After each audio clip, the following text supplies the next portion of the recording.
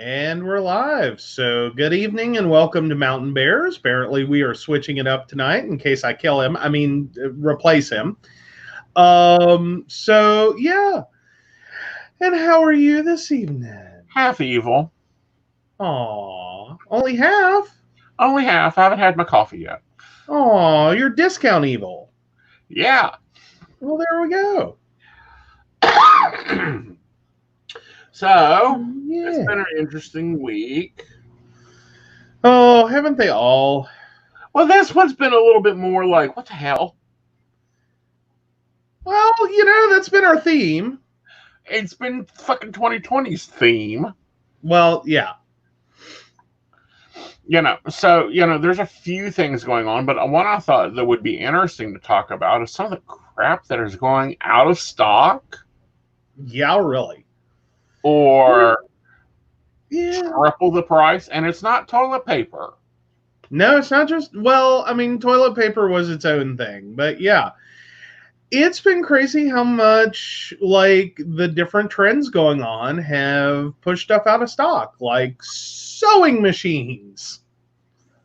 Like, how crazy is that? I know. Everybody has one, or I thought everybody at least had a few. Well, not really. I mean, there was a generation that most everyone had one in a home, and then there have been a couple where it was not really a necessity. I know, but that makes me wonder about something. Okay. It makes me wonder if we're going to, because vinyl went out of session. Went out of use. 8-tracks went out of use. Everybody went to CDs. Mm-hmm. And now vinyl's coming back. Right. So I'm wondering if sewing is going to come back. Well, I'm just more so wondering how many people just bought a sewing machine and learned how to sew based on YouTube. I don't know. We fixed the problem with Mabel today with YouTube. Yes, because I actually do have a sewing machine. It was my mother's, and it is older than I am. It's old. It's got some years under its belt. Well, it's multiple replaced belts, but yeah. Yeah, and I have one. I have a very lovely Taiwanese model that was from 1946, and also a straight stitch, and it's a lovely, comfortable, heavy-duty machine. Unfortunately, I can't find the pedal to it. Oh. So, he pulls out Mabel, and he's like, well, I don't think it, every time you got to do it, you got to send it for service if you don't use it every 6 months. Okay. Well, yeah, that's been my history with it, is every time, well, now there have been some moves and stuff involved in this as well, but usually every time that machine sits for an extended period, the minute you start trying to futz with it, it's like, nope. Mm-hmm. I want to go see my technician. Mm-hmm. Like, I need a spa day. Yeah. And it's like, okay, well, there's $75 out a window. At least the last time I took it, it was $75. It's probably gone up, but no, I had a very long-term relationship with the same repairman, and taken it over there many, many times, and been like, fix it. You know what's wrong. It's the same as last time. It won't do anything. Right. So yeah, we pulled it out to we finally broke down and pulled it out tonight, and I was like, I'm gonna warn you now, it's probably not gonna work, but we'll try it. We'll try it. We'll see what it'll do. And sure enough, it fired up and a little tension adjustment, and it was happy as a little clam. Yeah. I think part of the problem is a lot of people don't remember those models are built for a different type of thread. Okay. Remember I told you that only Coat and Clark or whatever, I only use one specific thread in machines. Okay. And if you go and you go and put like craft thread or hand sewing thread or anything like that to the machine, it's going to look at you and go, what the hell is this shit? Let me rip it apart. Yeah. Yeah. Well, no, I do understand using a more synthetic thread, like a polyester blend. Typically a good choice for most sewing machines because they are a little more aggressive. All right. And your cotton threads will pop like like a pinata if you jerk them too hard. All right. So, but yeah, plus a lot of the cotton threads are also a little thinner to begin with, especially if they're meant for hand sewing. All right. Like they'll only be a 2-ply. Because like I actually do have that over here.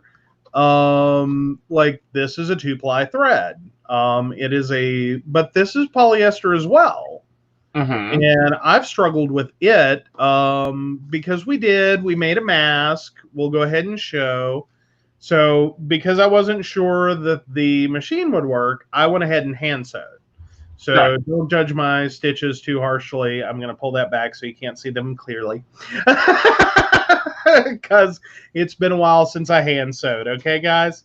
Yeah. But you look fabulous on it. Well, but I still feel really self-conscious about it. I know. Because you see your stitches. Have it help us. I said, because someone can see your stitches. Have it help us. Well, you know. Yeah. But it was really cool of you making it. I think that you've done a really good job at that. Because apparently those are the new fashion accessories for the season, everyone. Yes. Masks. How groundbreaking. Well, you know. More importantly, florals for spring. Groundbreaking. Yes. Then this is the intended right side out. Yes. So yeah. But this was a very simple pattern I found. It's meant for fat quarters, which is an 18 by 20 piece of fabric. Yep. And it cuts out with very little waste. Like we had one like funky little piece like this that wasn't usable. It's too small for one of the mask panels. And then we had like a little ribbon. Right, and both of those can be used in quilting. Well, yeah. Or, testing the sewing machine and making sure it still worked. Yeah. Which is what that got used for. But I wonder if we're going to start seeing a return, because, seed companies have shut down. They are not shipping any more seed because they don't have it. It's not that they can't get the supply to us. It's not that they can't process the orders. It's not none of that, because most of them are like 2-man operations. It's just they don't have the stock left. They didn't save up that many seeds this year because they didn't need them. So we're seeing gardening come back. We're seeing sewing come back. So now I'm wondering what other things that you've seen price increases on, because one of them floored me, and I'm like, well, that better not break because we can't afford to replace that. Oh, what was that? The webcams. Oh, God, yes. Jesus, the price of webcams is through the roof, and that's if you can find them. Yeah. That's the other problem is everyone went home and got on Zoom. Everyone needed a webcam. So, yeah, that's suddenly become another weird random shortage. And it's driven the price up. Like our cams that we bought just a few months ago and I spent like $40 on, those are now going for like $200.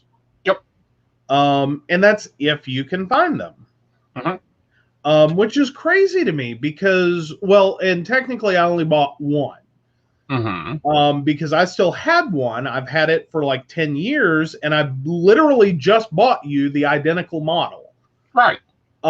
With the addition of a privacy shutter. Which I don't get. Yeah, it's a little clip on, it's the exact same camera, but it has this little plastic piece that goes over the front and covers the lens and has a little portal door. Now explain this to me. What? It's over. Well, it's over concerns of people being able to access your computer, of, virus concerns, things like that. And more so, a lot of the weird little things you can do with scripting, in which you can open a web page that shows someone their own camera that'll kick it on and immediately show the image. And those are things that freak people out. Right. Not to mention, there are school districts that if you have a computer from them, they have remote access software, and they can turn that camera on. They can access that computer anytime it is powered on or powered up and near an internet connection. Okay. Yeah. But, Joe Blow that bought $100 Walmart computer, what's he need to worry about this? Like, is this a real concern? Or is this hype to sell a piece of plastic that can be solved with a sticker? Well, there's that. There's a lot of different ways of covering a camera. There are people who scotch tape them, so the worst you get is a blurry image. People who use electrical tape. They make little add-on almost stickers. It's like sort of like a rubber foot, but it like flips. Like it just kind of pops apart. They make those. They make little shutter ones that are also just adhesive mount.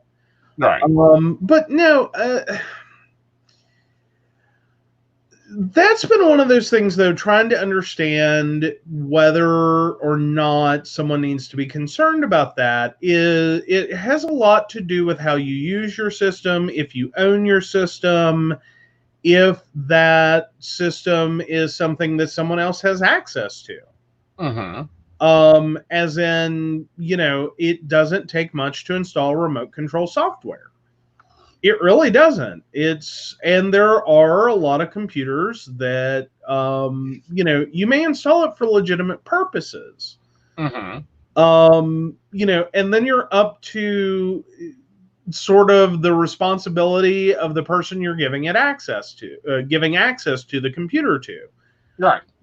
It's like when I installed, the word just slipped out of my head. TeamViewer. Yeah. When I install TeamViewer on client systems, I don't allow automatic login in terms of I don't have, there's no fixed username and password to log into that machine. Right. So I can't just hop over anytime I wanted to and be like, oh, I'll fix this problem for you. No, I have to have them grant me access. Right, which is the way most remote programs work. Well, it's the way most remote programs can work. If their default functionality is to require user intervention. But a lot of those softwares also come with the ability to do a completely unintended. However, though, like TeamViewer, it pops up if someone tries to access you, or if you're on access, because I've used TeamViewer for years for my clients, it pops up. Well, it does, but if you're not looking at your computer, if it is in a screensaver, if it is doing all kinds of lovely things, like the lid's down, but you have your camera, like an external camera, or in the terms of a desktop, if you have your monitor turned off, you would never know. I disagree. Okay. Look right up at your camera right now. True. But actually there, and I don't know if the software still has it, but there used to be a setting that I could turn that light off. Okay, because I haven't found it yet. Yeah. It annoys the crap out of me. Oh, well, it may still have the setting. I would try to open the software, but unfortunately, if I do that in midstream, it's going to kill this. Yes. But just because curiosity, these are just like crazy things that are like, Then we have the lovely new, if we keep our ratings down 3 below, we'll be able to open back up. And a lot of states are opening back up. Yeah. We're going to be getting a new safe at home order instead of a stay at home order. Mm-hmm. Well, safer at home is, I think, Safer at home order. Yeah. Again, it's let's, which is, we have all this unemployment. We got to stop this unemployment. Right. But unemployment's an insurance. Yeah, a lot of people don't want to talk about that right now. They see unemployment as just another entitlement benefit for people who are lazy. But again, it's an insurance. We've paid in it. It's like we had a car accident. Yeah. Well, technically, your employer pays into it. No, it comes out of your check. Well, but ultimately, yes, that is mostly what it's about. Is we're going to give a bunch of people unemployment right now because of the virus, and then we're going to turn around and open everything back up. And if you refuse to go back, so ultimately you don't have a choice. We're going to jerk your unemployment because you just failed the terms of unemployment. You're not actively seeking a job. You are refusing work. You are, you're not unemployed. You're choosing not to work, which is a horrible position to put people in. Right. It really, truly, honestly is.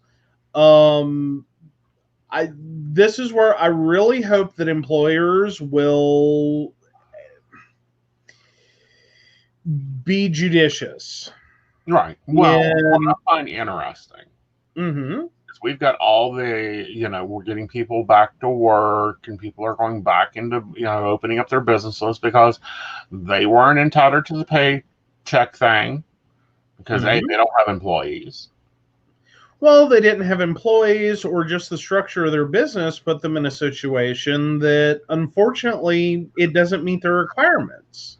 Right. Nothing else met those requirements. Like two people, small businesses was not included in any of this. Yeah. At all. Right. And then a lot of it has also had to do with how quickly the loans, the funding allocated for the loans, dried up because a lot of banks were prioritizing larger loans, their biggest customers, for loan processing. They were actually, I think it was Chase and a few other banks were actually doing the applications for them. Yeah. All you had to do was agree over the phone. Yeah, go ahead, run the application. And they were pulling out massive loans. Right. And that's all these little big chain food places got it. The Trump Hotel got it. Well, now, actually, that's, I thought, was out of a second pool of funding. The ones for the same funding. Well, overall, but one fund was for small businesses, and one fund was actually, I thought, for impacted hotels. No, it was all part of the care package. It was all part of that big number. They said they were sending to small town America, and they sending none of it. Yeah. And then they go, oh, if you're an independent contractor or a business owner and you've been impacted by COVID-19, you should apply. You can now apply for unemployment. Yeah, that's all cute and good till you get to the bottom. It says, can you telework? So if you took an order over the phone, if you sat there and worked on your 2019 taxes, you can't apply for the unemployment either. That you have to pay in every year or every quarter too. Right. It's been a struggle. Yeah. It's been an insane struggle. Well, and I think a lot of it has to do with just sometimes not necessarily considering how things work. Right. I mean, we've been fortunate. We have. In such that a lot of what you did was already a form of telework. Like, there wasn't a massive change. No. Like, a lot of the event stuff, of course, didn't happen. The classes, we had to move online, which turned them into telework. But yeah, I mean, the thankful part of your job is of what you do is that it does lend itself fairly well to teleworking. Right. It's not a 100%, but it works. Right. It will continue. Right. I've said for ages, if I wanted to stop the event, stop the live appearances, Mm-hmm. and go live on a beach somewhere, Mm-hmm. we'd be fine. Well, we've been on an island. Yeah, we've been in a bubble. A little bit, yes. Yeah. But no, I mean, it's worked out well. And I've had a couple of clients pop up that were needing some assistance, and thankfully it was stuff I didn't have to go physically do. Right. It was stuff that I could handle from here. So it does work out. It can work out. Yep. It doesn't mean it always works out, but it can work out. Right. But I think they were more so aiming it at people who literally in no way whatsoever could telework. Right. That were still working independently. But that's still a very small group. I don't know a lot of independents who or maybe I'm just thinking in the wrong category, but I don't know a lot of independents that can't telework anymore. Exactly. I mean, maybe Uber. Like, you can't telework Uber. Well, no, you can't telework Uber. You can't, there are a few independents that, is not going to transform. But that thing left out your artisans. It left out all your creators. Uh-huh. It left out anybody that, like the other people we see at fairs or other vendors. Yeah. Who were severely impacted by all the events they've missed. Yeah. Like, they're not going to earn that money back. That's their bread and butter. Right. Is one event to the next, to the next, to the next. Like, that's it. That's their car payment. That's their insurance. That's their everything. Exactly. And they've been working all year on getting their stuff up. One of our favorite artisans, and I actually reach out to her and say, hey, what do you got ready? Yeah. She's not going to be able to get her work baked for a year now, because where she fires her artwork at is closed down for the year. Oh, wow. Yeah. So, well, not until the fall, because she's using a college's kiln. Yeah. Yeah. So at least until the fall, like, she's screwed for this year. For the festival season, yeah. Yeah. Yeah. So yeah, I'm going to be getting some things that I've been wanting. That's fine. Yeah. That's absolutely fine. Yeah. So there may be some new coffee cups that appear. There may be some yarn balls that appear. Well, pottery's wonderful. I actually love collecting, and that's was something you started with another artisan. Oh, well, yeah, that with our lovely friend Mark. Yes. Yes. Yeah. That's a little different. I don't think it is. Well, I mean, the bowls are his unique original creation, and then I took a class, my grandmother and my sister and I took a class, and we painted them, but that's not really the same. Well, for me, it's the same thing as the lithographs behind you. Okay. It's beautiful art. Okay. I like it. Mm-hmm. They're never expensive. I mean, growing up, I always thought original art was thousands of dollars for like this little tiny thing.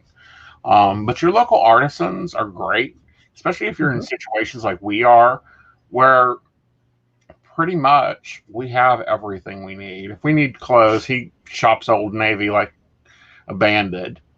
Well, yes, because I magically hit their clearances every time I shop in Old Navy. Yeah. One way or another. Like, I love their online clearances. Let me tell you, like, you were so upset about that shirt that we do not know what happened to. But one of the polos,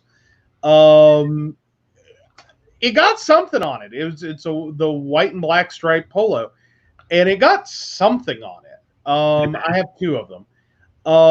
But it got something on it. It will not come out, and you were really upset about it. Like, I guess we'll have to buy another one. And I'm sitting here going, I think I paid like $6-7 for that. Yeah. Like, I'm not tore up. I'm Well, really yeah, not tore up over it. I hate new clothes. I hate shopping for new clothes. Well, true. I almost have to buy 3 of them. A large, an extra large, and then an extra extra large if I really like something, so that I can wear it when I want to. Well, but I don't know. Typically, I just like I have trouble spending a whole lot of money for clothing. Right. Like I don't know, somehow in my mind, clothing is not something that should be extremely expensive. Right. Now that doesn't mean there aren't a few pieces Mm-hmm. that I'll spend good money on. Right. Like I think coats are worth money. Mm-hmm. That is something you can own for many, many years, and if you buy it right, it'll stay in fashionable, or at least decently so, for many years.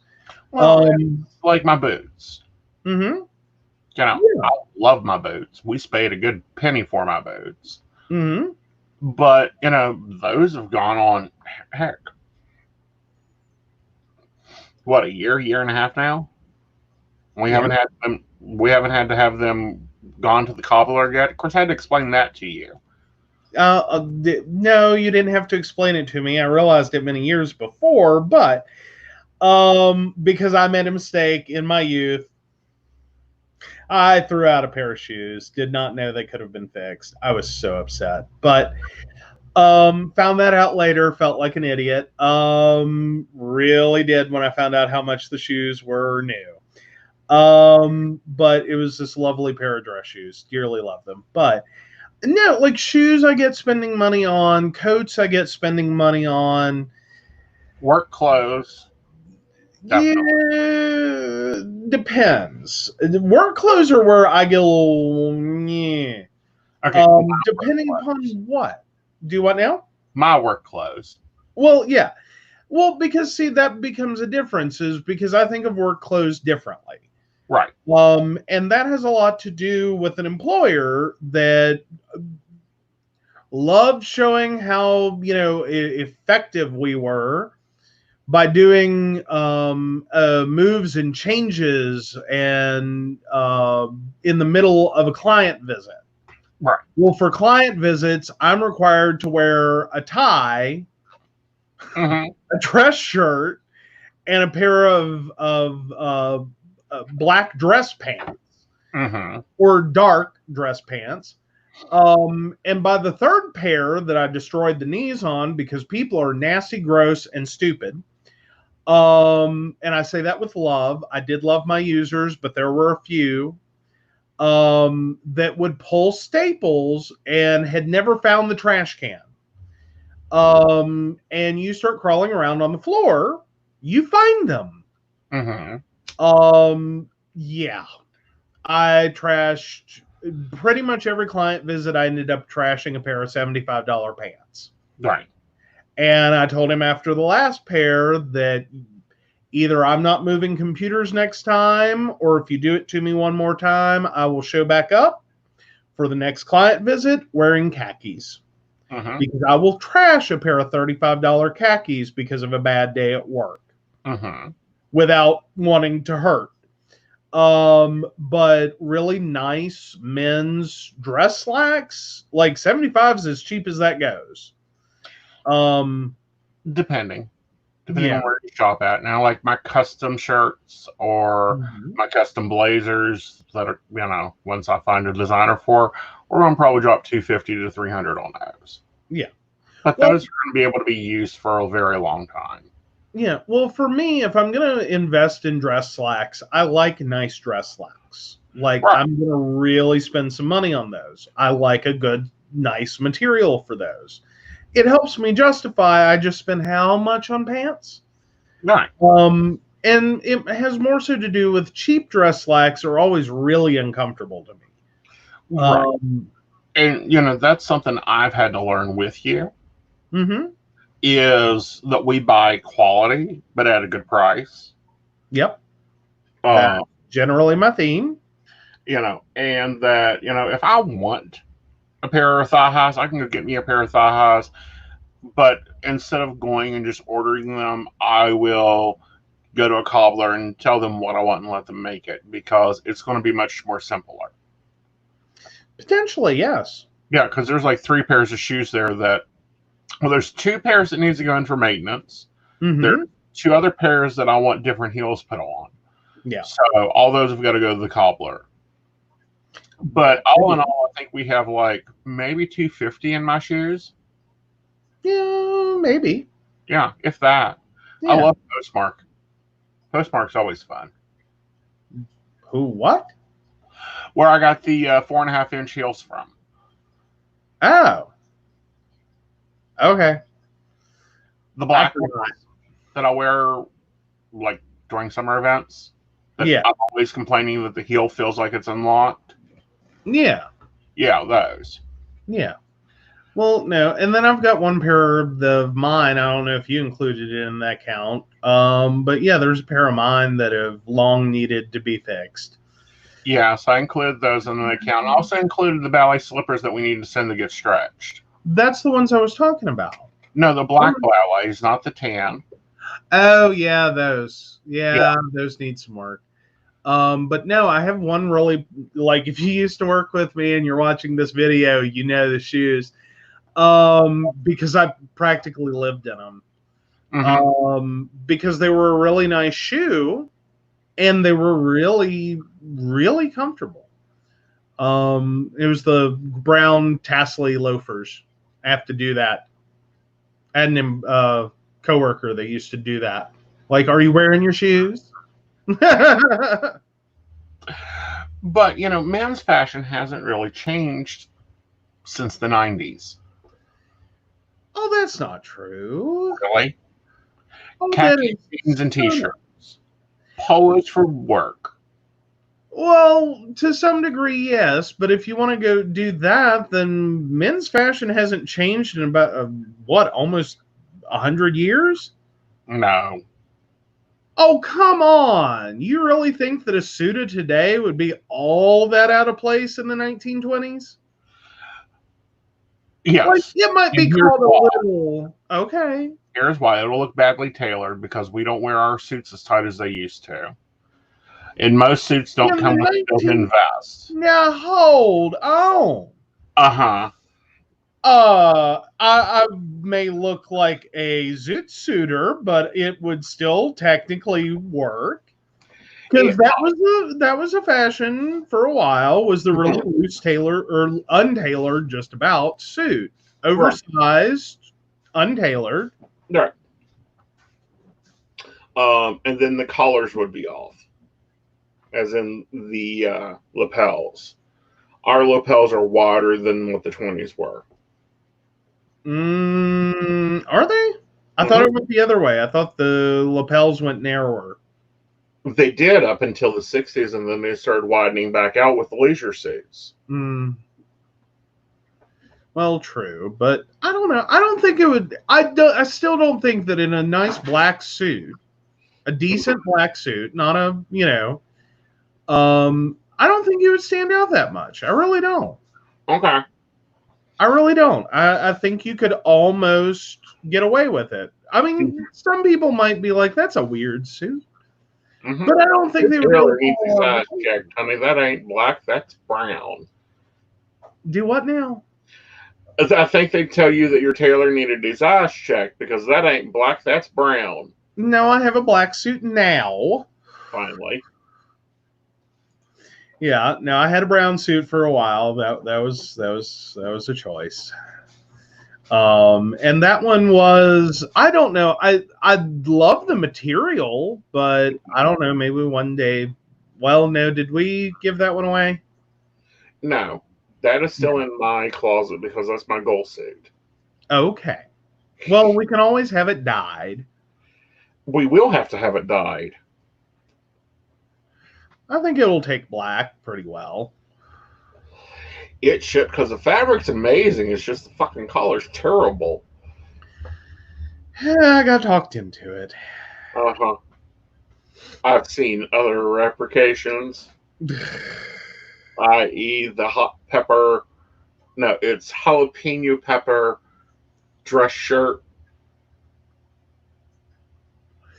No, that was just me.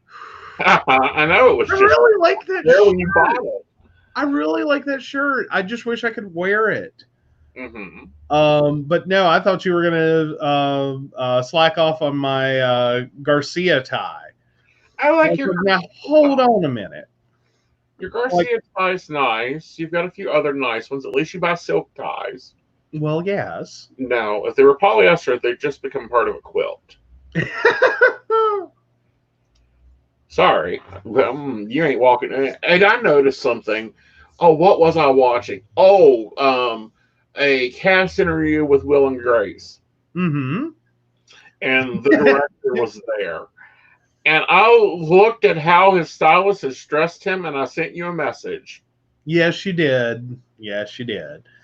And I still don't think it was that bad. It was terrible. It was not that bad. He So had a matched purple his gray suit with mahogany socks and a mahogany tie It was not that bad.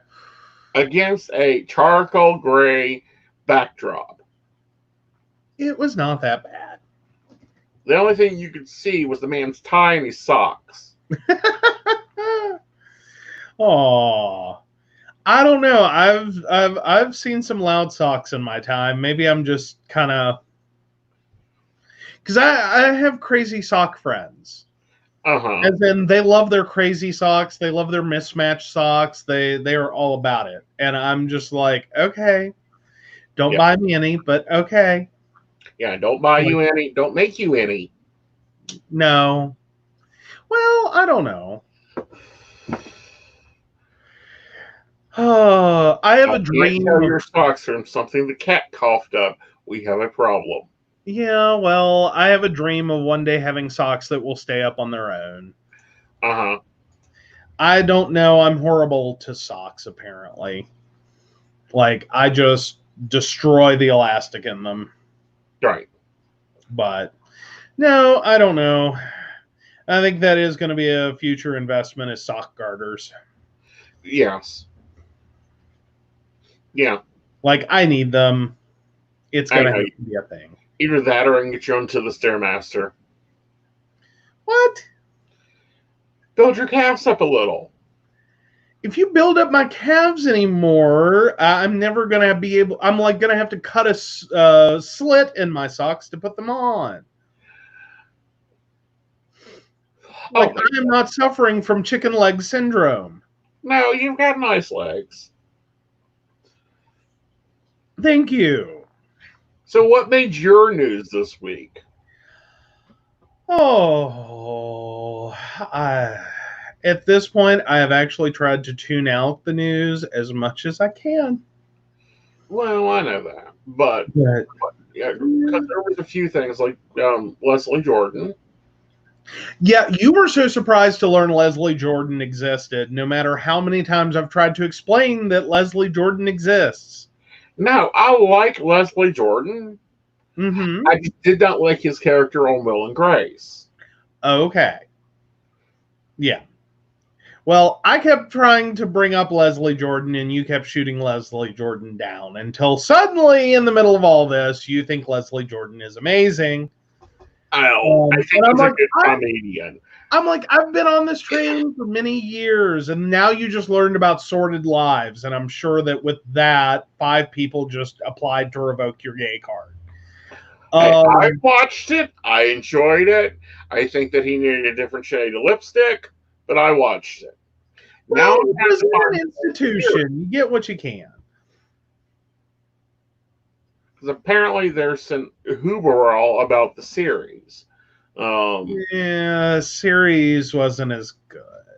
Well, the clips I've seen from it look funny as heck. But apparently the person that owns the right to the series filed bankruptcy, so the actresses and actors are not getting the residuals. Ew. Uh-huh. And so therefore none of the systems like Hulu, Prime, or anywhere else is picking it up. Yeah. You can only go to his website and buy the DVD. And I'm like, no. I I will wait for someone to YouTube copy it. No. No piracy. Piracy bad. Uh-huh. Oh, and we just finally got 1 gig internet. Talk about a deal of a lifetime. You get a lifetime my ass. But it's the same price we're paying for 400. Now, this is a dang scam in general that Suddenlink plays. Uh-huh. That you get a package for so long and then it goes out and then you got a bill from Hades. Mm-hmm. You got to get on the phone and argue with them. That should stop. Well, but that's a long-term cable company thing, and it has more to do with cable, television cable.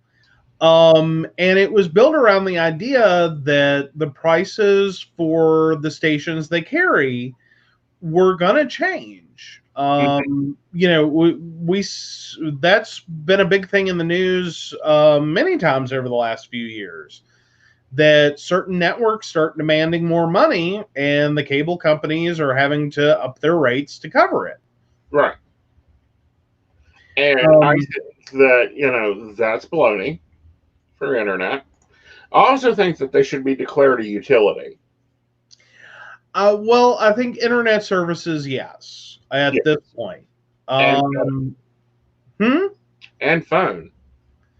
Well, phone is a utility. Not a voice over IP. Well, but it still is. It has all the regulatory charges. No, it doesn't have all the regulatory effects. No, it doesn't. Okay. It does change pretty drastically. Yeah. In that regard. But yeah. Yeah. But no, it's I don't know. I don't think we're going to see it happen until we can get rid of the lovely current FCC chair. FCC chair shouldn't even be in the chair. No, shouldn't. But no, the FCC has been really kind of a mess for the last bit. Net neutrality was the big one that they got into. That's been that's been the big ugly one since he's been in. Was that instead of treating your internet service provider like a utility, and requiring them to not prioritize traffic based on destination, or more importantly, disincentivizing companies to pay for prioritization.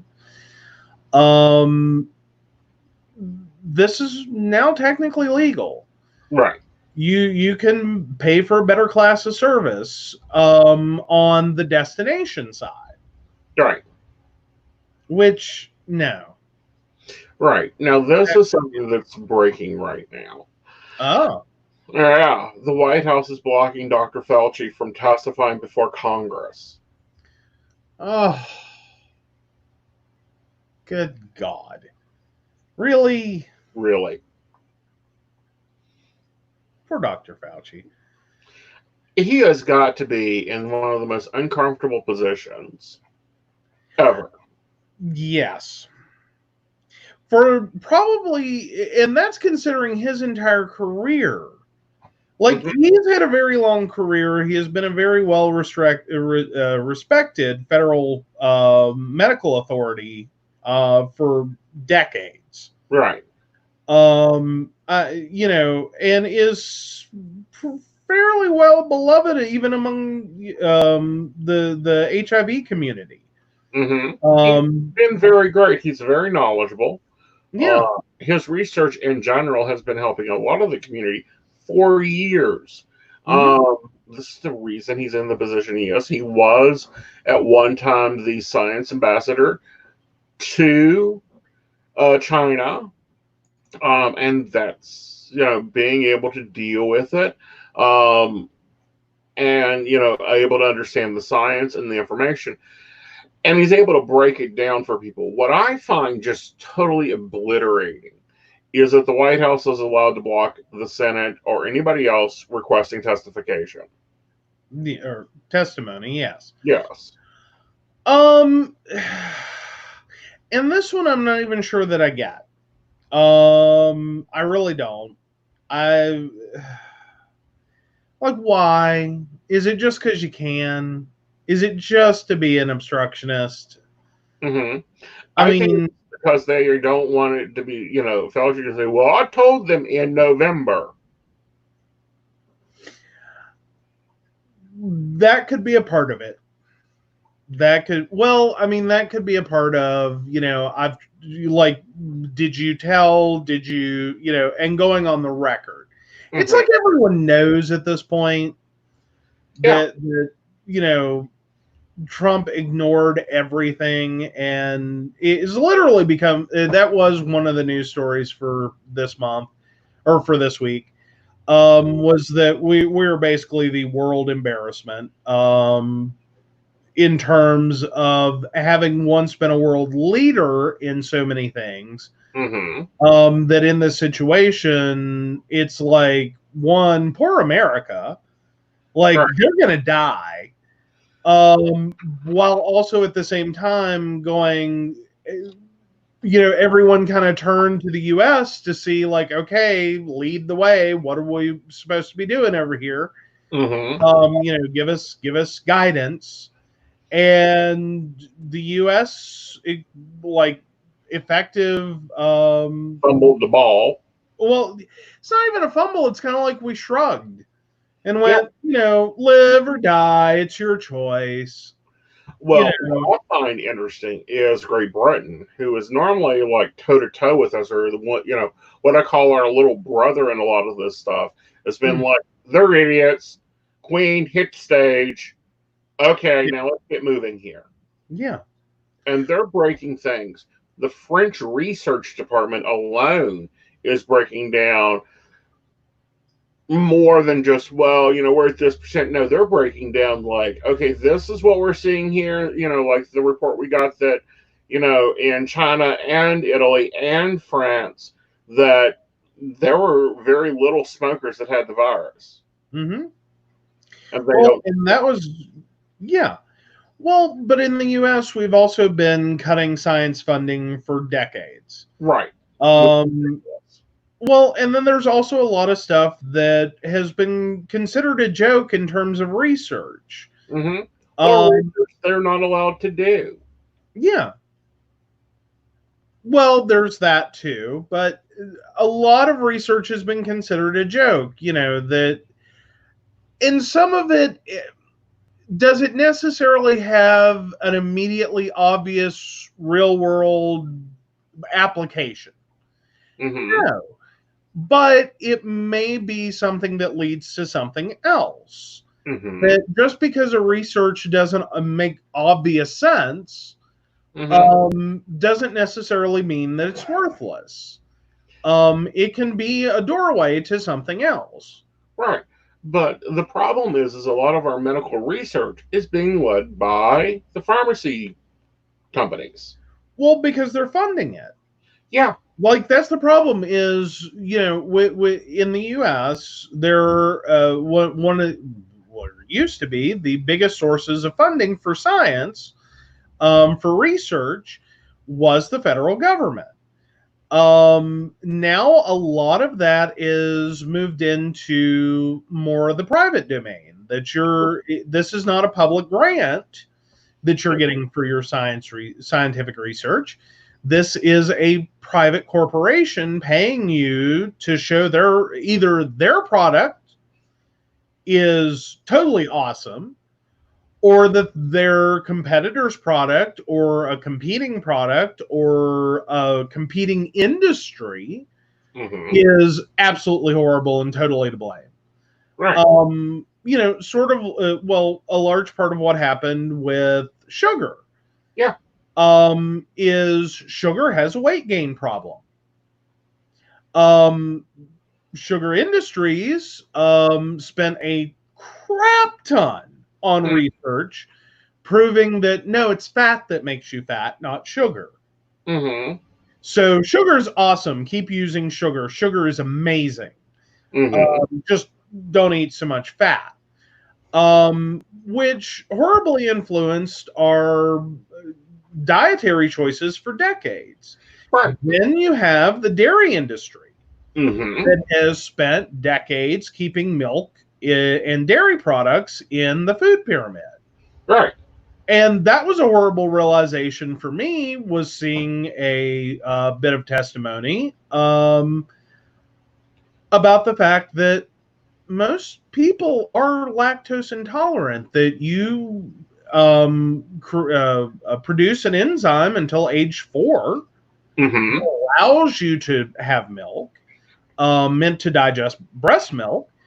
But a lot of the world's population quits producing that enzyme at age 4 and becomes lactose intolerant, Mm-hmm. or at least doesn't, cannot process products with casein, Mm-hmm. and has a massive, massive problem with dairy, that it continuously and repetitively makes them sick, tired, hurt, inflamed, and gives them all kinds of digestive issues. Right. That realistically, that it's only something like I believe the Caucasian population, it's only like 65-70% Mm-hmm. that can process. And then as you move around the world, there are large numbers of people in China, for instance. Like if you're Chinese, like 95% of Chinese people apparently do not produce that enzyme. Right. Like they have it until 4 and then done.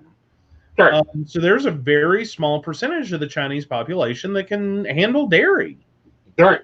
And probably that's why we don't see a lot of it used in their culture. This is why I said for a very long time we need to eat by our culture. Well, some of it can be that. Some of it can also be like there's a big push for, kind of eating the foods you grew up with. That in a lot of ways, these are the foods your body understands. You were conditioned from a young age. Your body knows what that, and I forget, there was a doctor that had made that comment, is if you didn't eat it when you were 4, why are you eating it now? Right. That you can end up doing a lot of damage. Right. Well, and that's I don't remember the doctor, but I know what you're talking about, and that's what I'm talking about, is eating from your culture, eating what you're used to. It's like, oh, what is her name? The Asian girl you love to death. Margaret Cho. Oh, okay. About how, when she sees the Asian population come to America, mm-hmm. they immediately start gaining weight. Mm-hmm. Compared to, and it's because of the change in culture, the change in food. It can be. It can be a very, very traumatic process to the body. Right. Well, and then you also have to look, though, at, some of our history of fad foods and fad cooking and the things that we've done to ourselves. Yeah. That even if you did eat it as a kid, was that really food familiar to your family? No. I mean, you could say one of the best worst things ever to happen to the American plate was Julia Child. Because she introduced French cooking. Right. She brought French cooking to America and made it, popularized it, made it accessible. Mm-hmm. But at the same time, how much of that may have negatively influenced us? Sure. As in, it put things on our plate that we would have never seen.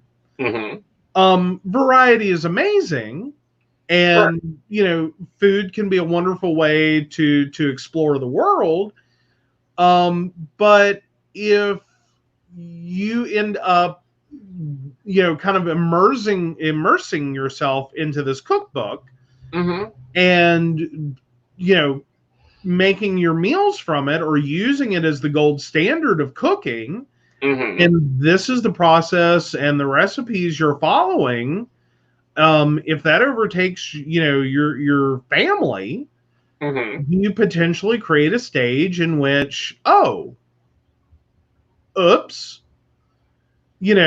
suddenly realize many decades later that this is not what you should be eating at all. Right. And I'm not opposed to explore the world through food, but I still have a list of things, and as we do, that it's like, no, this is what I eat. Like, I grew up with this. My mother fixed this. My grandmother fixed this. I know how to fix this. Like, I'm going to tell you right now, you turn me loose in the kitchen, and some things just fall out of me. Yeah, which, is amazing and fun. And we do try different recipes, but again, it's normally the same basic ingredients. A lot of it is that. And there's a lot of recipes that I'll veto and I will never know why. It's just, I look at the contents and I'm like, I have to go to the store for everything on this list but chicken. And see, with me, if I can't say it, we ain't having it. Well, there is that. But no, there's a lot of recipes I've kind of reject just for the notion of, I'm sitting here looking at it and it's like, no. Yeah. Like, one, I have to go spend $50 to even think about making that. And there are some things I will go spend money on. Right. I will spend that much making a lasagna. Or can. Yeah, and that's enough lasagna for 50 people. Just about. Not in my family, but I'm sure in someone's family that could feed 50 people. Come on, it's 3 9x13 pans. And I'm not talking the small, normal, everyday ones. No, we have to get the aluminum foil ones, and we still have leftover sauce. Oh, it is not that bad. Yes, it is. It makes a roaster. It makes 3 of them. It does not. It makes a roaster. No, it doesn't. Yes, it does. My extra deep roaster. Yes, it makes that roaster and another 9x13. And it's not that bad. We save that recipe for when we go to parties. He's already killed me on a few other recipes, but one of them we got to cook tomorrow. Ooh. Which one's tomorrow? Cabbage and kielbasa. Ah, yes. Yes. Yeah, I grew up with that. That was a mom go-to. Mm-hmm. Yes. And we do have to fix that because I found, what is that head of cabbage? It's a bowling ball and a half. It is a massive head of cabbage. Yes. And he already used a quarter of it, and it still looks like a massive head of cabbage. Right. You made slaw for an entire cookout. Well, I made slaw for a good cookout, or me as I'm munching. But yeah, that head of cabbage is ridiculous. But that wasn't a store-bought one. Well, it was. We bought it. It was, but it's a local grocer who has his own hot-house. Yeah. So we've been buying our fresh produce from there. And we're going to continue that. Although, if I can remember a Thursday, I'm going to send you to the farmer's market. Oh, well, good deal. Yeah. That'll be fun. Yeah. Because for those that don't know, I am in the house until there's 0 cases for 14 days. Then I can go venture out. And we're hoping that is sometime before Christmas. Well, listening to Fauci, I'm questioning if it is until the middle of next May. That's a possibility. Now, the other thing that hit my news feed, and I'm like, oh, Canada can do it, but America can't? What the hell? Okay. Canada had 1 mass shooting during their lockdown period. Guess what they're doing now? Do what now? Guess what they're doing now? Banning guns? No, banning assault weapons. Oh, well, effectively. Yeah, assault weapons, not guns. They're not even a gun. They're a weapon. Yes. Yeah, that's yeah. And the saddest part out of coronavirus is this is the first March. We went through our first March without a school shooting. Yeah. In apparently decades. Yeah. But this is what gets me. Mm-hmm. Canadians, almost all Canadians up there, unless they're in major cities, probably hunt. Mm-hmm. They hunt moose, and deer, and geese season, and elk season. All this hunting goes on up there. Mm-hmm.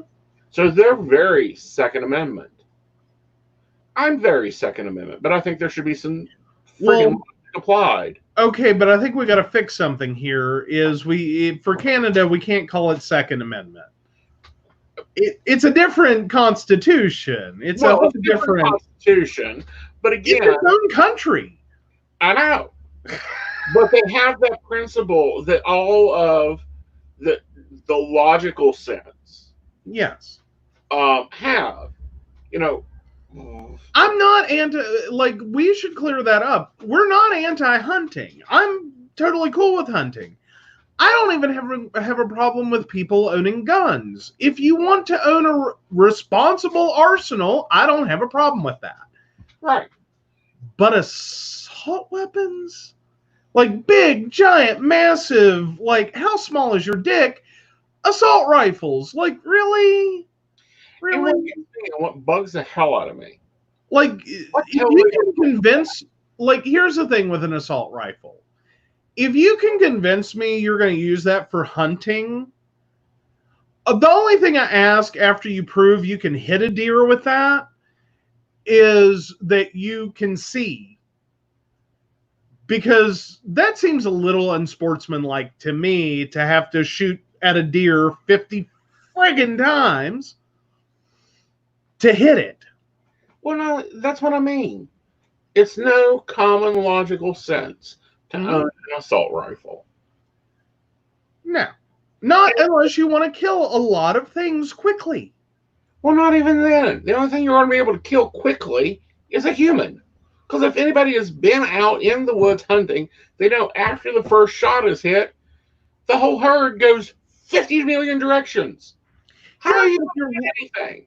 But if you're laying down a spray over an arc, it's the same as taking out kindergartners. But you can only shoot 2 deer a season. No, you can only take 2 deer out of the woods per season. That's the technical version of that. You can only take out 2. Well, you can kill as many as you can hit.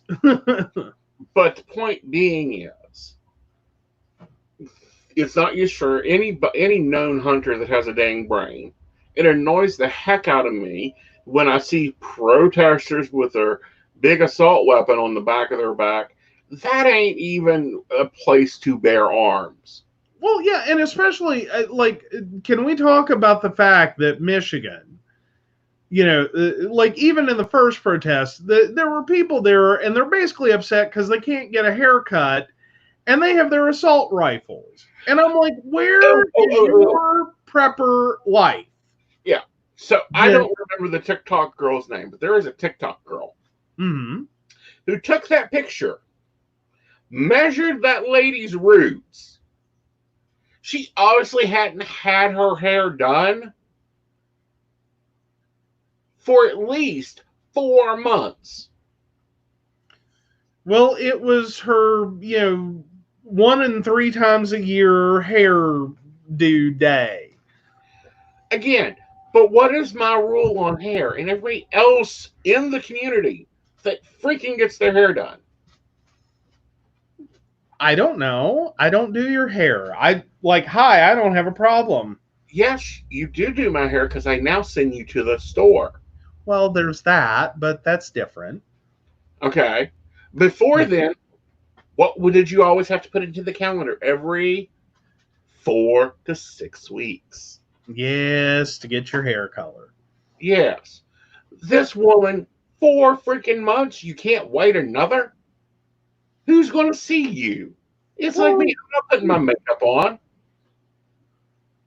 Well, but still, like, no. But of all the idiotic things, it's like, really, you're going to care about your hair color right now?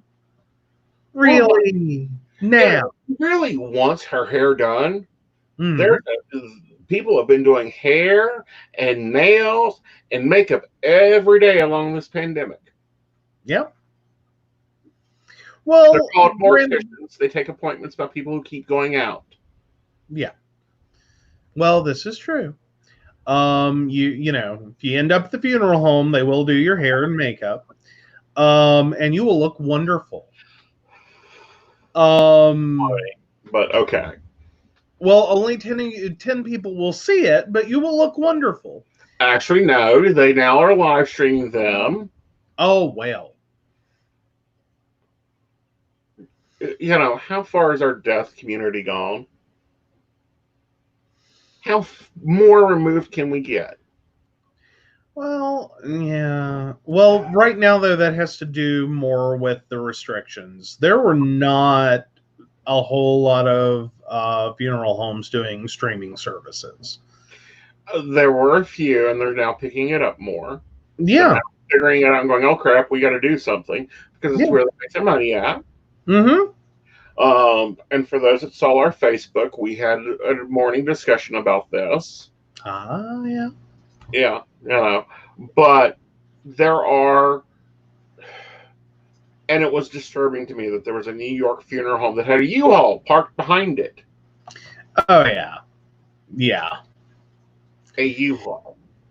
Yeah. A refrigerated truck that, you know, all the hospitals were provided by the National Guard. All those that saw the semis parked behind the hospitals, those were provided by the National Guard for the hospital. Yeah. Not the funeral homes. Yeah. 18 bodies and a U-Haul. That's even a bad beach party. Well, you know, yeah. But that is a large part of the problem that we do end up having with this kind of situation is that that's a lot of dead people. It's not like, oh, trying to be careful with word choice. Like, I never want to be careful. Like, I never want to, you know, like, tread on someone else's tragedy and be, you know, hateful about it. No. You know, people die every day. We have a funeral industry for this that is used to a certain rate of death and can absorb some some tragedy. Not necessarily global pandemic level tragedy. Right. Not sustained over, months. Like, it's not really built for that. Right. This is a lot of death, and this is a lot of sick people, and this is a lot of grief, and there is, I'm sure, a lot of people who are potentially trying to wait. Right. Like, wait for this to end so they can do a so to speak, proper service. Right. And see, in other countries, the governments have took over and used that lovely decoration that Trump enforced to use, like the hockey rinks, the skating rinks, the ice houses as morgues until they can get them moved and properly took care of. True. Not here. We've got hospitals with semis parked behind them and funeral homes with U-Hauls parked behind them with an air conditioner running. Yeah. It's a mess, and it is horrible for the families. And I'm sure there are funeral homes that are at this point going, what else can we do? Well, I feel there's two problems there, and mainly I'm ditching on New York. If you're watching, sorry. One, in New York, you can't have crematoriums that are standalone. You have to have they have to be attached to graveyards. Okay. Okay, so even if the options were we can do temporary burials, Mm-hmm. which is what they've done in 1900s, where they temporarily buried you, and then he brought you back up, done your funeral, and then put you where you belong. Yeah. And then the crematoriums could process out extra, or those that are already set for cremation. Mm-hmm. In New York, you can only have a crematorium attached to a graveyard. Okay. So that poor graveyard is trying to do two different things at once. Crematoriums are running straight constant, which is not what the machines are designed for. No. And even before the pandemic, they were shipping out bodies to be cremated because they couldn't keep up with demand. Yeah. Oh, hello, Terry. Hi, Terry. Yeah. And the other was you have graveyard, funeral homes trying to deal with this massive dead that the government's not aiding them with. Well, and that's also a consideration, is the number of people that, I mean, ultimately you are responsible for your own funeral arrangements, and that does come out of your estate. Right. But in this situation, there are a lot of people that were not planning for death. I mean, we typically think of death as an old person problem. Right. And not a youth problem. Right. But if you start running into families where you have multiple dead all at once, and they are low income to begin with, you start having a massive financial problem. Right. That if you don't own anything to start with and you pass away, there's still a funeral bill to be paid. Exactly.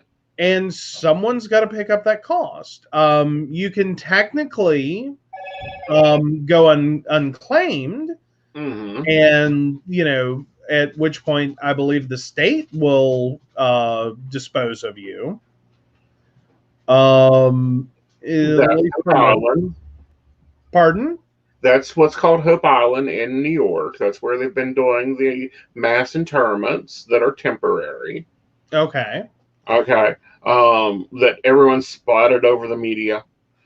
But, and normally in New York City specifically, if you are unclaimed, you either go to Hope Island or one of the funeral homes voluntarily takes you and cremates you. Yeah. But that's still a massive expense for funeral homes, especially at a time when I'm sure a lot of people being told that you can only have 10 people at a service are kind of like, well, what, you know what I mean? Like, I'm sure there are a lot of people that have rethought the whole concept. They've had a real, realization there that if, we have to do a very small funeral, then why are we spending all this money? Right. Like a lot of people are doing just graveside rites. Yeah. Which is reasonable and understandable. Right. And logical. Yeah. Yeah. And we had this conversation. It really sprouted from me trying to be nice to you and wake you up and work on Okay, go for it. I said, "Oh, you look so pretty when you sleep," and you said, "You look like an angel when you sleep." I often wonder what you're going to look like when you're dead. And I said, "Ash." You got confused as heck. Well, I wasn't awake, and I claim no responsibility for things I say before coffee. Well, I know that, but we discussed this like numbers of times, and this is why it's important to discuss what you want done with your body. I want to be cremated, and if he's got time enough, have me made into a diamond and put on his finger. Because that way we have one grave that's already been purchased. Mm-hmm. I don't have to go and kick somebody out of their grave. Well, Yeah. general theory. But I don't know. I may wait for a few of you and do a very nice ring. Well, honey, you're going to have a very nice ring because you already got one. Well, Yeah. I mean, I'm going for like a Hope Diamond, Well, let's see. 1, 2, 3, 4. Yeah, you can get a nice Hope Diamond ring out of that.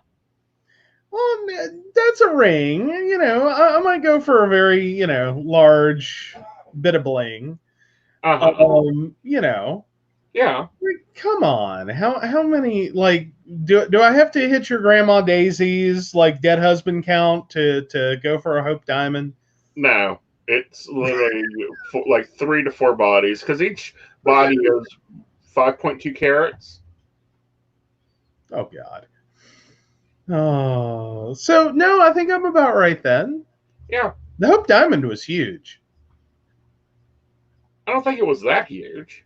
Yeah, I think it was like that huge. It, if I remember right, like it is, it's a 45 karat diamond. Okay. And that's after it's been cut.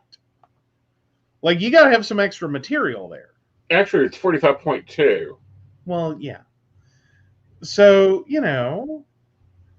so that's like that's like 10 or 11 dead people. I don't know. Like, you're saying if it's 5.2 per dead person. I'm just saying, this is a very morbid topic and a very horrible time to talk about it. Actually, I think it's a great time to talk about it. No, I think it's a horrible time to talk about it. It's like, well, on the upside, if most of your family dies, you can have a giant-ass diamond. Well, that's not what we're saying, but what we're talking about is end-of-life plans that need to be made and re-registered with people's brains, and there's never a good time to talk about that. Well, no. There isn't, and I'm sure a lot of families are having to have that conversation right now, and unexpectedly. I mean, because there are a lot of people that were otherwise healthy, right, being affected by this that are suddenly dead. Like, right. If you had asked their doctor 6 months ago, what's the likelihood I'm going to be dead in 6 months?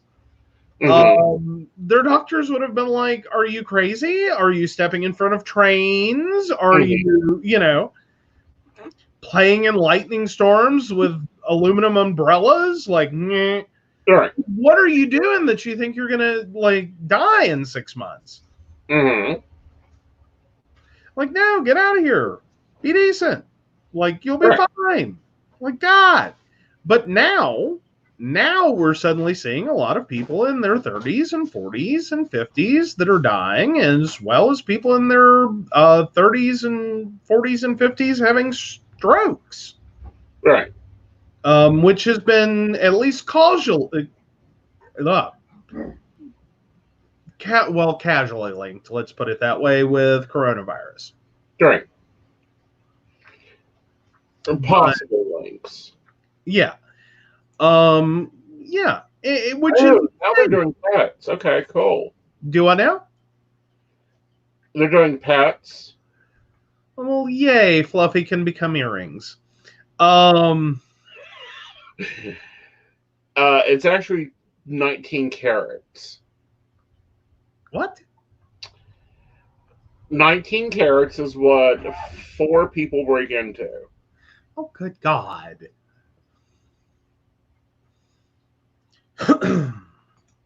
Well.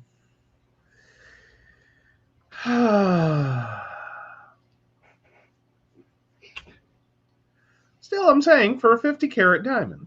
Yeah. But anyway, that was a horrible topic.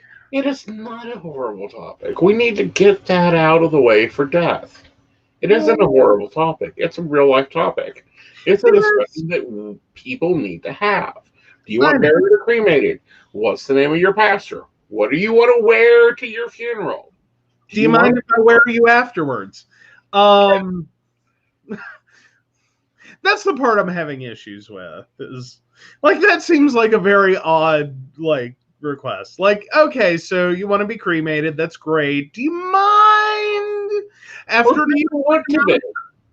After it's not mind, it's this is what I expect out of you. Well, after an appropriate amount of time, if I turned you into a tennis bracelet, that just seems weird. No. Weird was your grandmother's birthday gift. Well, yeah, that's how I got my cemetery plot. It was, unfortunately.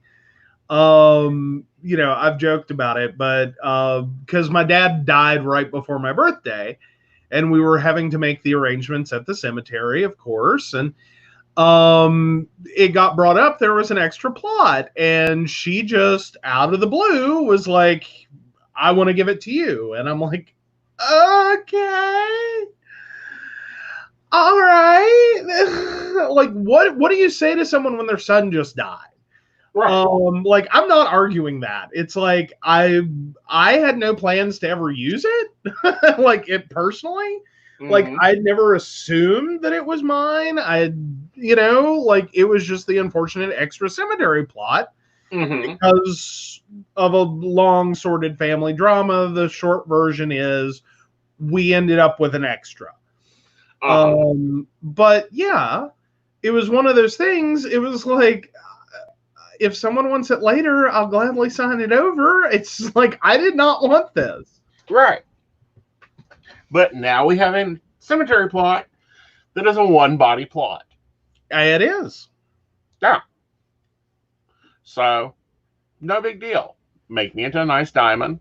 Wear me on your correct hand, above your wedding ring.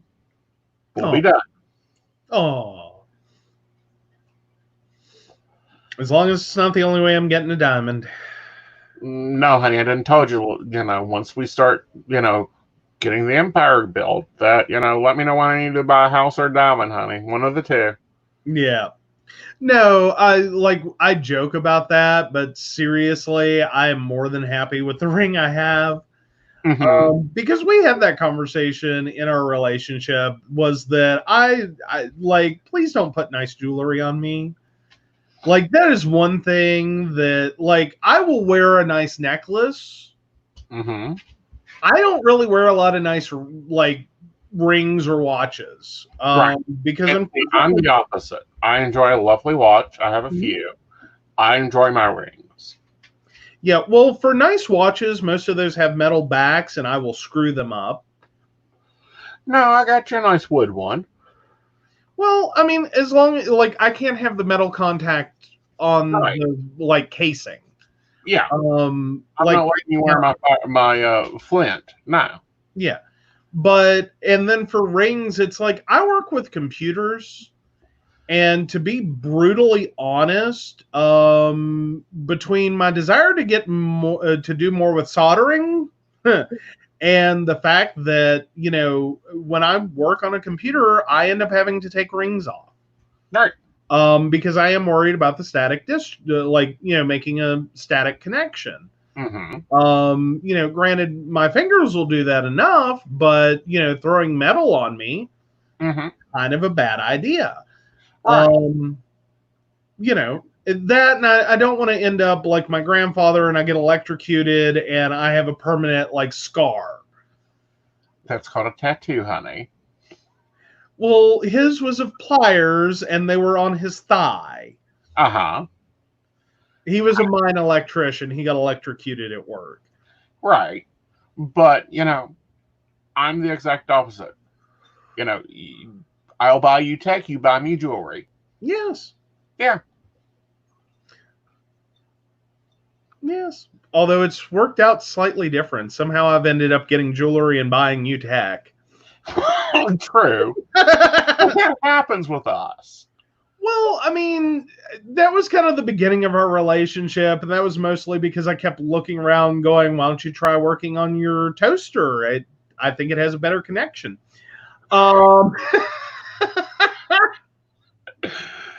Like, I'm pretty sure it can handle more applications. Right. Like, it was the state of your tech, dear. It was the state of your tech. And, I'm hard on tech. Well, yes, but you've done well. I have. Like, you're up to what, like 2 years now on the laptop? Yeah, but it needs servicing bad. Well, true, but it's not dying. True. It has, like, half of it hasn't fallen off and the other third is cracked, and it's not like it's held together with duct tape, spit, and a prayer, which I'm pretty sure your last laptop was. Hey, that last laptop done well, and if I had my rig before that, I wouldn't have needed the laptop, but that's okay. Your last laptop, if you had replaced the processor with a Dorito, it would have been an upgrade. Hey, it worked. It still works. It's around. No, we did end up getting rid of it. We did. Yeah. We did. Yeah, you finally got my red one out of my hands and gave me my Batmobile. Yes. Yeah. But these are talks that we hear about, and couples talk about. What type of house. More importantly, a lot of couples don't. Right. But they talk about like jewelry, and they talk about vacation spots and forever plans. Mm-hmm. But they don't talk about like, okay, when I die, this is what I want you to do. Well, and a lot of that has to do with we don't often plan for things to end. Like Americans kind of have this thing that if you talk about the end of a thing, you're wishing it to end. Mm-hmm. Like a lot of relationships don't talk about the breakup or the divorce or child custody before they're at that point. And I think that's a different with us, because I looked at you day one and said, all right, if we break up, X, Y, and Z occurs. And you kind of looked at me like, well, geez, that just kills the mood. And I'm like, no, I planned for this to begin with. Well, yeah. But no, I mean, granted, I get a house, but, And I get a lovely car and a lovely apartment. That's our running joke, at least, is that it's easier for him to move out at this point than for me. He'd be sitting on a milk crate. Well, that's because when you moved in, I got rid of most of my furniture to keep your antiques. Well, true. And the sad part is, all that stuff, yeah, we have no room for that. And the sad part is you would just have to hope that I'd be nice enough to leave you my milk crate. No. I mean, do you think that if you decide to move out, I won't have Julie on speed dial? I will have, if I can reset a house in 48 hours, do you think I can't reset a house in 12? Well, but still. Again, we've talked about this. I know. And we've joked about this more. Right. And sometimes that is the key to it, is to at least be humorous. Right. Because it's not a light subject. No. But having a little levity with it is decent. Right. And is normal and natural, and you need to talk about these things. Especially when you have non-essential assets, intellectual property, copyrights. Those things live on. Yeah. There is a good deal of that. Yeah. Yeah. Well, and then there's also the fact that, like, even in your material possessions, some stuff has family history and some of it doesn't. Right. You know what I mean? Like, it just, like, my mother's sewing machine, I don't necessarily want to see that going to just anyone or getting dumped off at Goodwill. Right. Like, I have other family members that have an appreciation for that. Right. But, like, the dining room table, like, that's new to me. Right. That's more of an us item. Yeah. I don't think anyone else would be really super excited about it. Like, oh God, Joe's table. Right. It doesn't have a lot of history to us. Right. It does to us, Right. but not necessarily to anyone else. Right. And, or example, the 1830s bedroom suit. No, 1930s. Yes. Yeah. Yeah. Oh, yeah. I'll just tell you now, someone's showing up with a U-Haul for that. Well, I'm telling you now, they're getting a phone call. Come get this small thing. Oh, well, you hate the bed, but still. It's not that I hate the bed. This is what I've been trying to tell you. It's not that I hate the bed. The bed is quite nice. It is quite lovely. It is just full size. And this queen needs a queen. Well, it's a glorious bed, though. It sleeps beautifully. Yeah, I know, especially on this new mattress and box springs. Yes.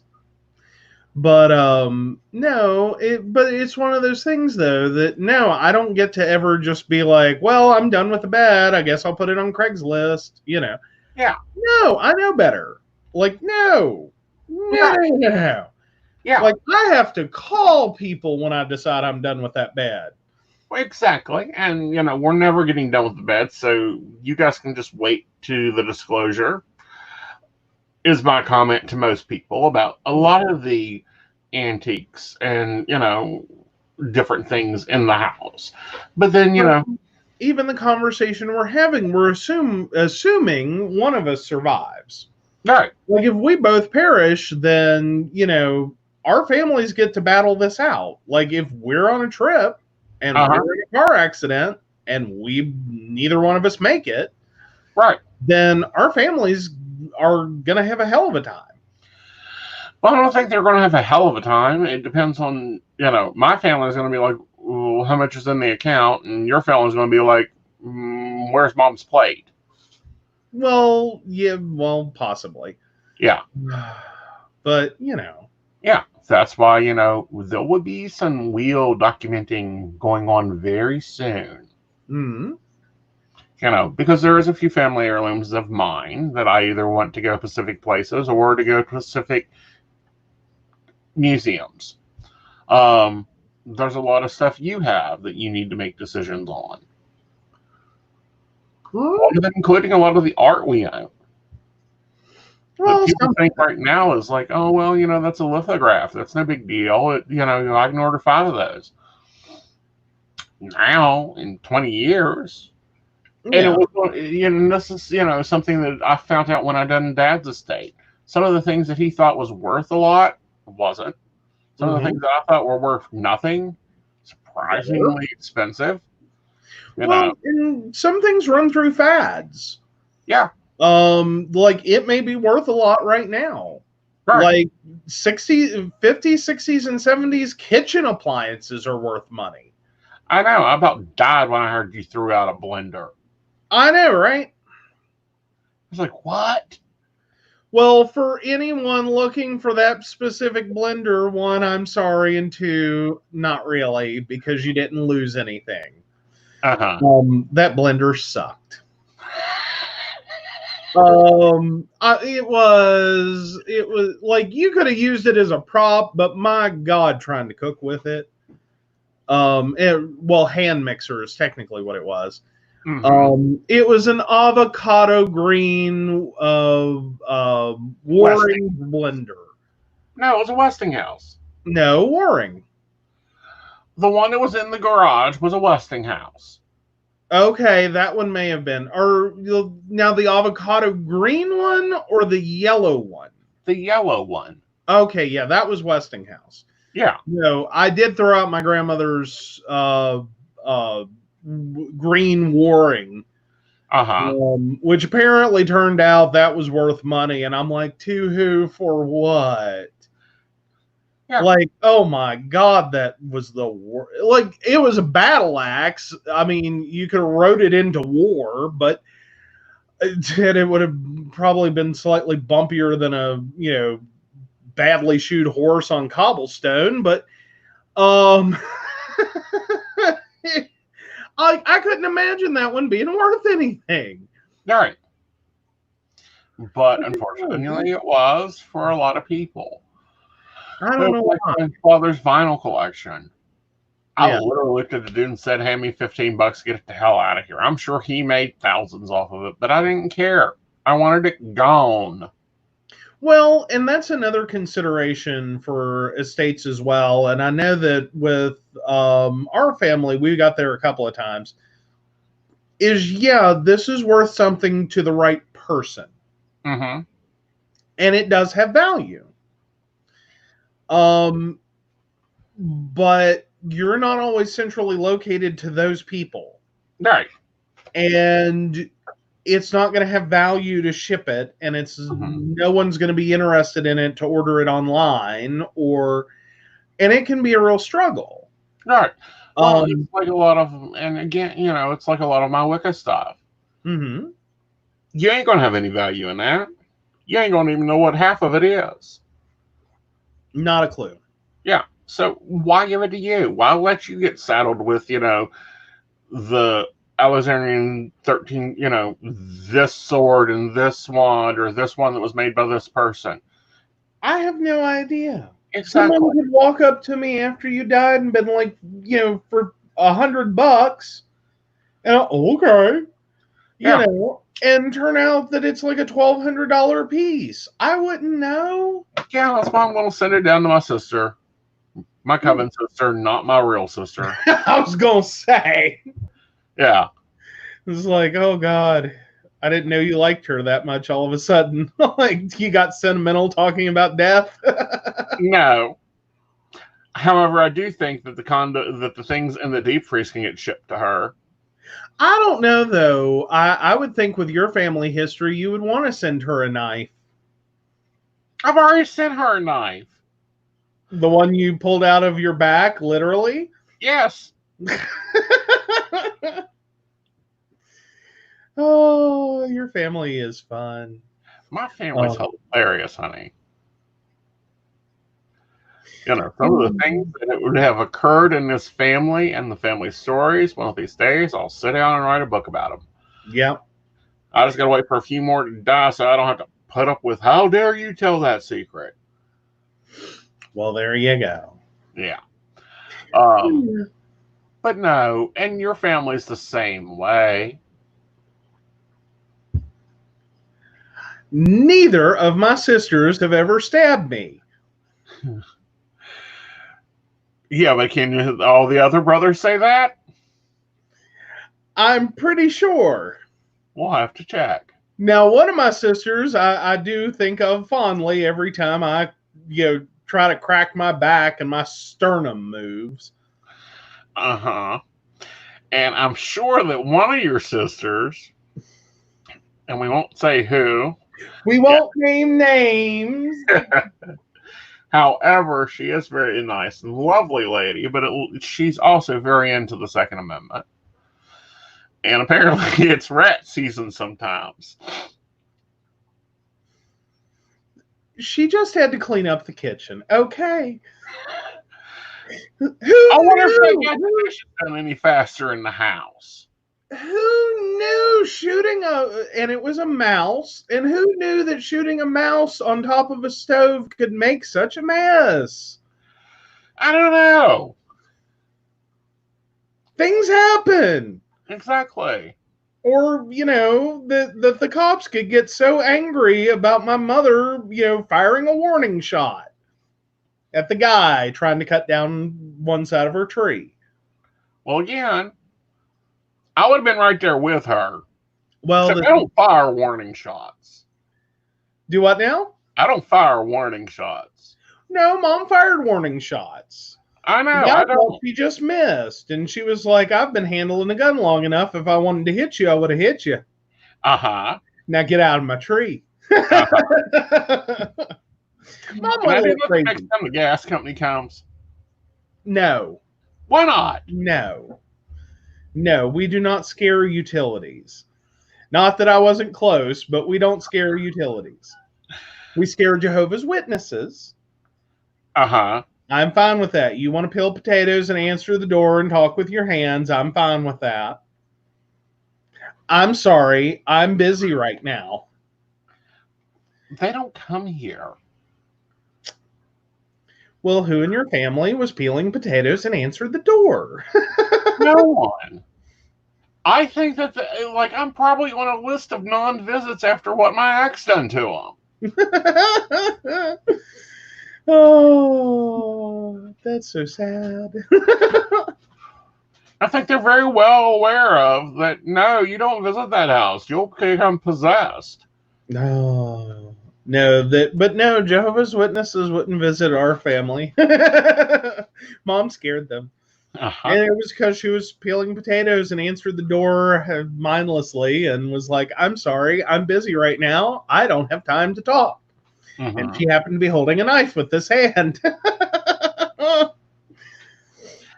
But, those are family stories. Those are also important to be shared and documented. Yeah. Well, and then there's like family, there's lots of family heirlooms that you don't necessarily think about. Right. Bibles and, just random things, like all the photos. That was the part I found interesting after my grandmother passed, was finding out how many people didn't have photos. Uh-huh. Like, and suddenly had the realization that, maybe Aunt Daphne does. Mm-hmm. That maybe she has, kept all those. And it's like, when we get time to go through them. Well, that, like yours, I want scanned. I don't need a physical copy. They can keep the physical copies. Just scan them. Yeah. Because we've got those lovely photo frames that just change photos. Yeah. Yeah. Well, and we can get reprints done as well. Right.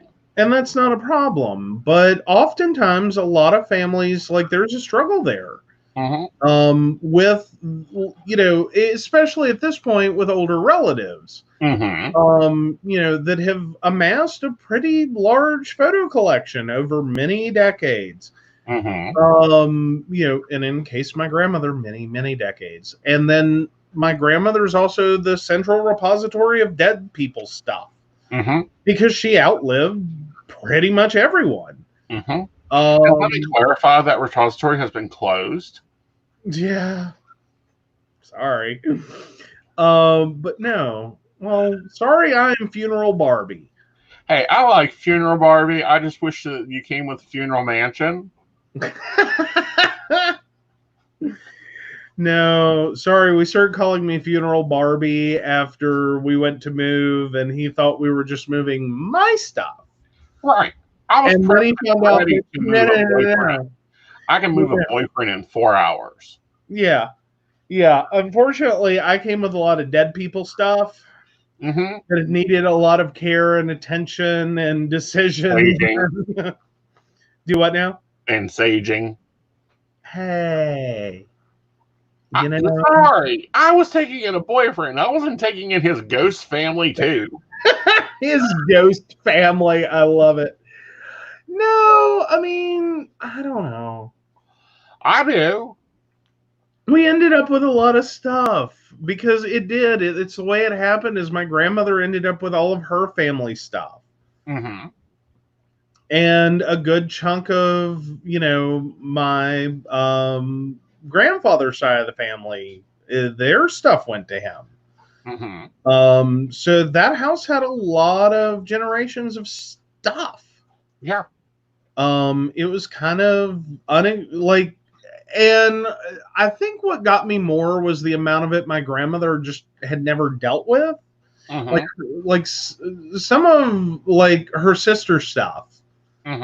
Like, and I had never caught that there was so much of her sister's stuff in that house. It hadn't clicked for me that was there. Until all of a sudden I'm realizing that there's no way in hell my grandmother would have ever worn that, and that looks like it was brand new, or near enough, but like from the 70s. It was very like it was like the weirdest collection of things. Right. And that's when it finally hit me. It was like it had to have been her sisters. Right. Well, and then, other things there. I mean, there was a few pieces of furniture I was glad that someone else volunteered to take. Hmm. Yeah, there were some scary pieces of furniture in that house. Yeah. That like it was like some of it was really like my grandmother's like let's just get into this. And in case anyone else is having this moment, my grandmother was 90-some years old when she passed. Some of the furniture in the house was really nice stuff. Some of it looked nice. And others of it, we started having realizations on. Uh-huh. That, like, we didn't know. It, like, some of it was, like, really nice hardwood furniture. Mm-hmm. Some of it looks like really nice hardwood furniture until you mess with it. Mm-hmm. Then you find out, no, it's not. It is not really nice hardwood furniture. This was like a 50s era, like, almost dime store purchase. Uh-huh. And then there was stuff that we had never, like, paid attention to. Uh-huh. Until then all of a sudden we realized, oh my God, this is crap. Like, this is the stuff you go to Walmart at 3 a.m. and you pick up off a shelf and just about put together yourself. Uh-huh. Like, that was her end tables. And that one got me the first time I realized it. Is there particle board? Yeah. They look like hardwood. They were pretty. Uh-huh. Like, oh my God, the first time I picked one of those up and damn near ripped the top off. All right. Well, it's like... Oh, go ahead. And this is probably more like a coffee shop talk, but what the heck? There were like 4 items of furniture, and I'm like, he ain't coming home with these. I don't care what. Nope. Give them to your sister. I will drive them to North Carolina myself. Yeah. Wasn't even there when I got there. Do what now? The one that got moved out before I even, came to visit you. And I kept walking around it. The secretary. Oh, yeah. Yeah. Oh, that secretary had a lifelong history. And it didn't start well. Mm-hmm. That actually came... That was the most... I'm glad it has a good home now. It has deserved a good home for many decades and for someone to want it. Mm-hmm. Because the person who was originally bought for it was a Christmas gift. And that little boy thought he was getting a train. He knew he was getting a train. He had to be getting a train. Of course, he was getting a train. He will have a train to open on Christmas morning. And that little boy got up, and there was a piece of furniture. Mm-hmm. And he never did like that piece of furniture. Mm-hmm. And the first chance he got to abandon it, he abandoned it. Mm-hmm. And left it with his parents. Mm-hmm. And when his mother died, no one in the family wanted it.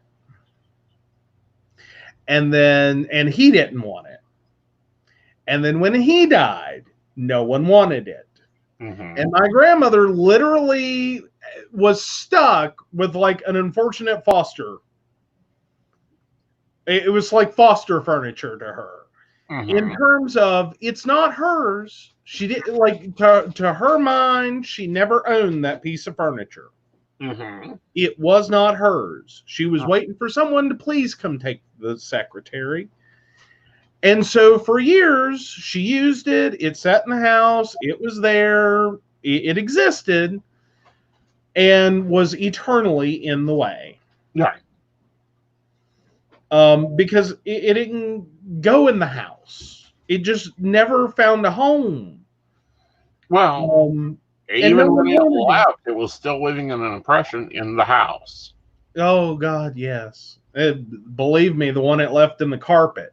It wasn't the one that left in the carpet thing, because I vacuumed that carpet and it looked nice. Mm-hmm. But no, it was an unfortunate piece of furniture. Yeah. So I'm glad it got a home before I got there. And then the other pieces went to her great nephew, which I think is not great nephew. Great. Anyhow. Yeah. Went on down in the family, not to the house, not to this house. And I was like, don't want that, don't want that, don't want that. Mm-hmm. Well, and some of it was, like even I struggled on the bedroom suit. Like, go back to it. I struggled on it. I went through a brief period. I didn't want it. I was like, nope. I'll buy a new bed. I'll buy a new bed. I'll just buy a new bed. I'll buy a new bed. And then I got to thinking about it, and I was like, well, I would like to have it. I've always wanted it. Like I dearly love it. Mm-hmm. It's a gorgeous piece of furniture, one, and I have a lot of history with it. And hell, it was my bed living in her house. Right. So like but I went back and forth because my first reaction was like, anyone want it? Mm-hmm. Like, let me know, anyone want it? Mm-hmm. Because I don't know. I went through a period there. I was like, you know what? I need a clean slate. Right. Like, I don't need the reminders. But that was also while I was still living in the house. Right. And that's another thing to really consider if you're going to talk long range plans like this, whether you're even going to be able to live in that house. Right. Not just from a financial perspective, but for me, I couldn't get out of that house fast enough. And a large part of it was, and my grandmother went through this because her father had died in the house. And there was a period she couldn't live in it. Like, she just couldn't, like, she was ready to sell. Get me out of this house. Right. And I went through some of that. Yeah. Because I couldn't walk into that living room without seeing the hospital bed and the oxygen concentrator and her propped up in it. And even after we cleared everything out and put it on the market, it's still every time, like, I felt like I was trying to walk around that bed. And that was a piece of furniture that was only in there for, 2 weeks. Right. But to me, it will forever sit right there in that one spot. Right. I will never walk into that living room without seeing it. Right. And, I inherited a house. Well, technically I didn't inherit it. It was already mine. But anyhow, probably within the first month and a half, I'm like, I am either changing this house or we're selling. One of the two. And we changed the house. We took out the paneling, everything I had wanted to do since day one of buying the house, we done. And we're still doing. Yeah. Well, and that may have been one of the issues with my grandmother's house, is they had already done that once. That's how she ended up staying after her father died. Was they added on a room, and to her it was like a totally different house. Not that she'd ever sit in the living room, but it was a totally different house. Right. Like she could live there. And like we had talked about that. Right. And I just couldn't figure out a single way I could change that house and stay there. Right. And I told you, you have a choice. We can sell one. We can sell both. Yeah. Tell me what you want to do. We can buy one. Yeah. Yeah. And I'm kind of happy that we made the choice we did. Yeah. Especially in today's times. The home is paid for. It's done. I don't have a mortgage yet. And we've done really good with remaking the manor, and changing it. And it's changing. It's being forced to change some more. It's all fun and good. But, one of the points and one of the things I wanted to bring up is I went through it with Dad, and then I watched you go through it with your grandmother, and that was, I kept having to draw you back and go, no, you're not making that decision right now. Okay. Like with the bed. Yeah. I was right there during the whole time of, well, I don't want this bed. You're not making that decision right now. You know. There is some of that. You know, of, you ain't doing that. You will figure this out when you're ready to figure it out. You know, because if that was your model, you could have moved in a year before you did. Well, to some degree, yeah. But that's also one of the things that comes with death is there's a long time there in which, and I think what's really bad is you also have to watch about who is around you at that time. Mm-hmm. Grief can cause you to do a lot of like strange things. Mm-hmm. That'll be out of character or that will be not necessarily in your own best interest. And it can come from a lot of different directions of grief. Yeah. You know, if you've been caring for someone for a very long time, you know, it's like, I would make the point that while grief is a universal thing, it can be very, very, very different depending upon circumstances. Well, what I would point out there, and I see this happen every time, Mm-hmm. vultures start circling. Well, exactly. There Yeah. can be a fair amount of that. And a lot of families have problems after a death. Well, not only that, but people. Mm-hmm. You know, I probably looked like the most jealous boyfriend on earth those first 4 months. Okay. When vultures started coming out, I'm like, that one ain't sticking around. I ain't dealing with that one either. You mean in terms of like friends and things like that, or yeah. Yeah. Yeah. Yeah. You know, and it's like, you know, we're not doing that. You're going to figure out what you're going to do on your own. Yeah. Yeah. And that was just me more so in protect mode because I know vultures are coming. And it happens every family, every person. I don't know what it is about death, but you start hearing from people you ain't heard from in years. Mm-hmm. You start... That's very true. With Dad, a lot of his CB buddies just started showing up.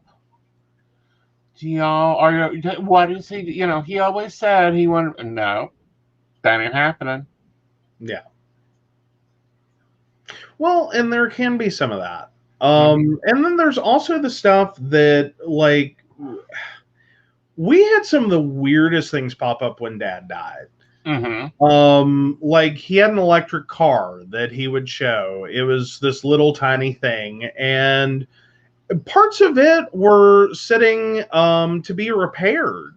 Yeah. They were at a shop, and like one, it wasn't staying with us. He had changed his will right at the end and given it to someone else. And we're like, well, the rest of the parts are there. Mm-hmm. You know, they have to be paid for. Yeah. I don't know if they ever got the parts. I don't know if the guy ever got paid. Mm-hmm. But I'm sitting here going, I don't know what we should have even done in that. All right. Especially, you know, considering the situation we were in with the person that was getting that vehicle. Mm-hmm. You know, and the amount of stuff they destroyed, it's like, well, you know, I think I could have had some kindness and been like, hey, I'll go get the parts for you. You know, no big deal. You know, Dad left those there and it intended to pay for those. That shouldn't be your responsibility. Mm-hmm. But after the amount of stuff that got destroyed as quickly as it did, I was like, good luck driving it. Mm-hmm. You know. Yeah. And your no license, no insurance, have an ass. You go have fun with that. Right. You go spend $200. Again, you know, those are things that happen, and that's why wheels need to be decaled with backup wheels of intent. I personally recommend that if you want them to have it when you're gone, go ahead and give it to them now. So you at least get to see the enjoyment out of it. Some of it can be that, and some of it is also, and some families have done that, is Post-it notes. Mm-hmm. Put a Post-it note on it. But Mhm. you're supposed to get it when you're gone. Right. Like, have the conversation. Yeah. And have the other conversations that are always difficult to have. Oh, yeah. Yeah. And make it clear. This is what's going to happen. Absolutely. Yeah. Well, I think we've come to the point we have to thank our Patreon sponsor. Thank you, Beverly. And we certainly appreciate your support. And it is 2 hours. Wow. Of our wonderful time together. Well, almost. No, it really is 2 hours. Okay. It sorry. really is 2 hours. Yeah. Wow. Yeah. So, good night, y'all. Good night, Asen. Good night, darling.